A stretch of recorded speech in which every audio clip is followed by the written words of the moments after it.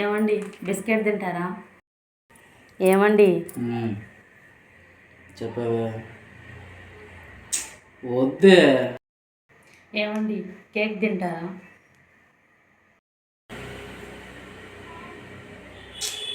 వద్దని చెప్పానా?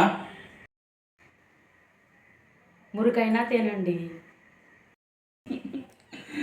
నీకు దండం పెడతానే, వద్దని చెప్పాను కదే. ప్లీజే నన్ను వదిలేయే బాబు, ప్లీజ్. పోనీ అరిసైనా తింటారా లేదా?